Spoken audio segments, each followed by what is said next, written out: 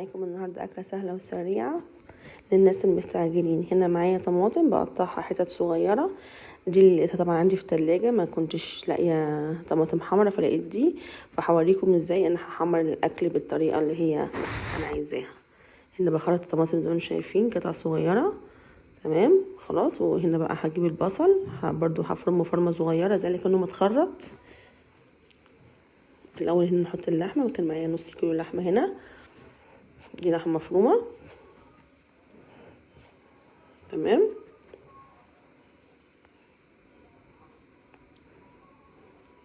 بس حط البصل هنا، يعني اكنك لو انت مش عندك كبه تخرطيها تضربيه كده تقدري تخرطيه عادي تخيط عاديه، بس انا عشان مستعجله فحبيت تعمله في الكبه ضربتين كده صغننين كده واكني مخرطاه. تمام. الاكله ديت طبعا احنا كنا بناكلها من زمان زمان من ماما، الله يديها الصحه والعافيه. كانت بتعملها كلها ني في ني، بتحطي كل حاجه جوه جوه الحله، اللحمه نيه والبصل ني والطماطم نيه. تمام. تبقى اكله جميله جدا، ممكن تاكليها مع رز او مكرونه، طبعا اللي يريحك. احنا عملناها مع مكرونه. تمام. بس احط هنا فلفل اسود، نحط جوز الطيب، تحطي البهارات اللي انت عايزاها، يعني البهارات اللي انت بتحبيها وبتحبي طعمها في الاكل ده تحطيها. تمام. نحط ده فلفل اسود، وانا حطيت 7 جوز الطيب، وحطيت بقدونس مجفف. اول واحده كانت بقدونس مجفف مش فلفل اسود، يبقى بقدونس مجفف فلفل اسود وجوز الطيب و7 بهارات.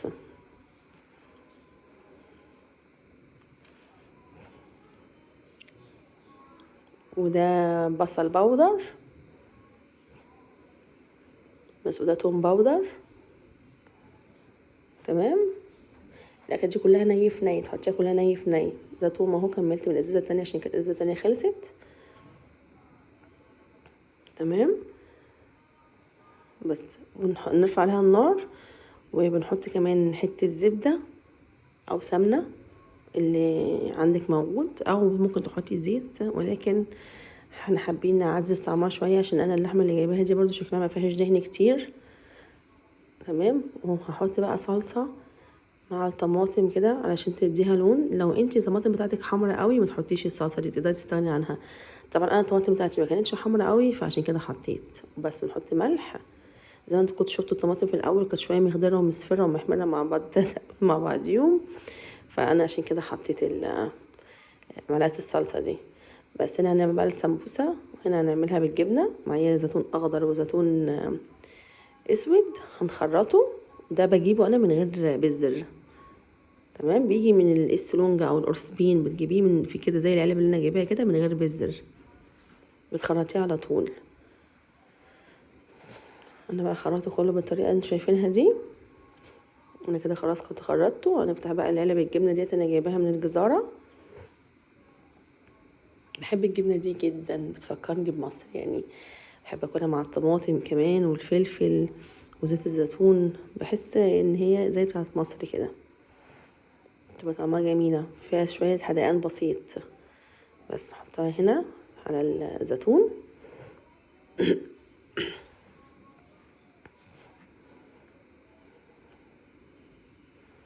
كده مش عايزه تنزل من العلبه، انا عايزه انزلها من غير ما يعني خليها نصها جوه يعني، بس هي ايه ماسكه في العلبه يعني.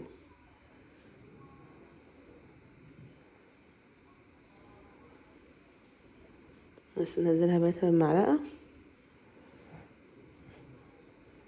انا هحط العلبتين عشان انا هعمل باكت، اللي هو الباكو بتاع السمبوسه ده كله اللي بيجي مجفف ده من الجزاره، اللي هو بيبقى مغلف ده يعني. هعمله كله. بس حطيت كمان شويه موتزاريلا مبشورين. تمام. لا عندك تحطي، ما عندكيش تقدري عادي يعني، ممكن ما تحطيش مفيهاش مشكله. هنا بقى بنلم كل اللي احنا استخدمناه في الكيس اهو عشان نفضي الرخامه، عشان نبدا ايه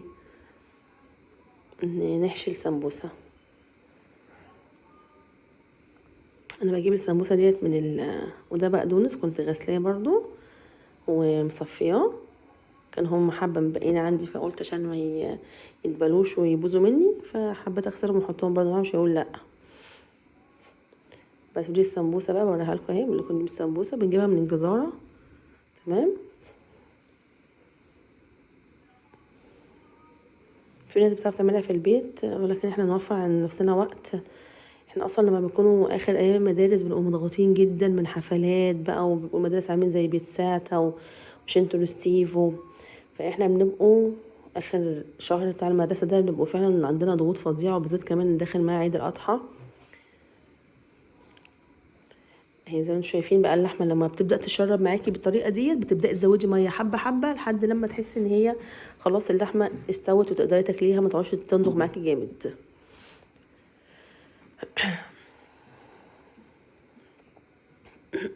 انا كمان كنت حشيت السمبوسه خلاص. تمام. وفي الحله التانية حاطه ميه عشان هسلق مكرونه، احط بقى ملح وزيت. طريقه اللحمه دي جميله جدا، لازم تجربوها والله. اكل بتاع زمان اللي كنا بناكله في بيوت اهالينا ده لا يعلى عليه، كان اكل يعني سهل وسريع وطعمه حلو وفيه ذكريات كتير حلوه، لازم تجربوه. بس هبدا اسلق بقى المكرونه، هعمل مكرونه عقل صغيره. تمام. كان عندي بقى كذا كيس مفتوح، قعدت الملم من اول الكيس المفتحه ديت واحطها قبل ما افتح اكياس مقفوله.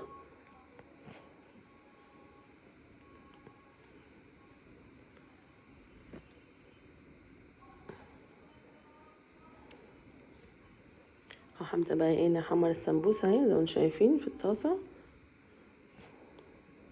خلاص بقى نبدا نغرف الاكل يعني. كمان طريقه السمبوسه بالجبنه دي طعمها جميله جدا. عايزه اقول لكم انا دوقت منها الطلاينه، ودوقت منها ناس كتير جدا اتعزموا عندي كمان، عجبتهم جدا جدا جدا يعني. وكان جالي ضيوف مره من مصر لحد هنا في ايطاليا وحبيت اعملها لهم، والله عجبتهم جدا، وقالوا لي انتوا متعرفيش قد ايه احنا بقالنا فتره ما اكلناهاش في مصر وما عملناهاش. كانوا اكل منها كميه كبيره وعجبتهم جدا. انا بحبها بالجبنه اكتر من اللحمه بصراحه، والخضار يعني، حتى بالخضار انا مش بحبها قد كده، انا بحبها بالجبنات اكتر. بس لما كانت اتسلقت خلاص هحط معاها معلقه زبده، اللي هي يعني السمنه بتاعتنا دي. تمام. هنحط الفلفل الاسود،